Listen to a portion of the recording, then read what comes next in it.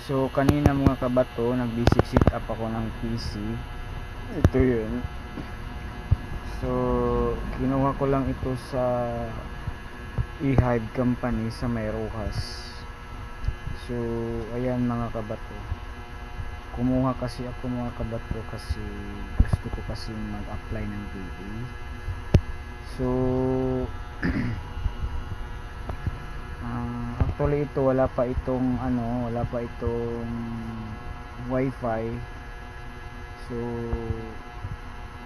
by Thursday siguro baka makakapag-install na ako ng wifi, kay may nakausap na ako.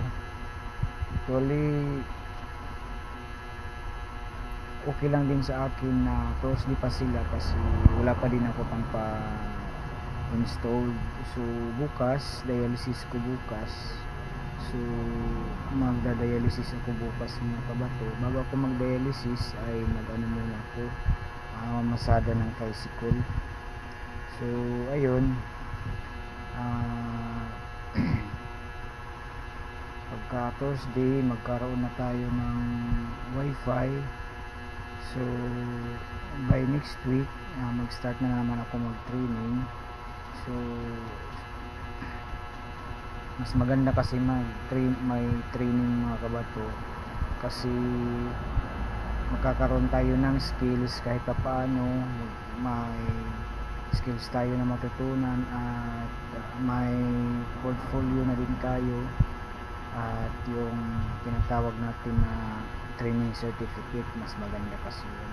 So bakit nga ba gusto ko mag-apply ng VA? Hindi na lang ako nag-stick sa pagka-tricycle sa kalagayan ko, kasi ang dahilan ko kasi mga kabato, actually yung PhilHealth natin ngayon ay although may mga balita tayo na corruption anomalies, pero actually this 2024 napakaganda talaga ng PhilHealth para sa aming mga nagda-dialysis. So yung maganda talaga yung bigayan ng benefits ng PhilHealth para sa amin. So at last December ay may ginawa silang resolution, yung Z package para sa mga gustong makidney transplant, at this February lang ay nagpalabas na sila sa Philippine Gazette ng yung tinatawag nating Z package. So yun ay implemented na talaga.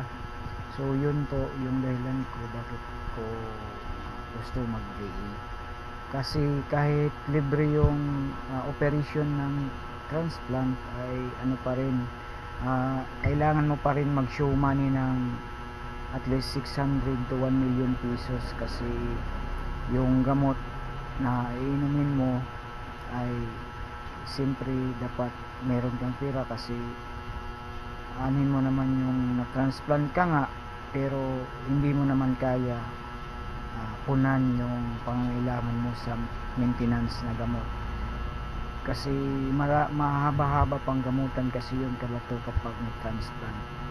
So sana wala rin tayo sa pagdadialysis, sa pag-apply ng VA magkaka-client tayo. Yun lang po mga kabato. Salamat po sa pagsuporta.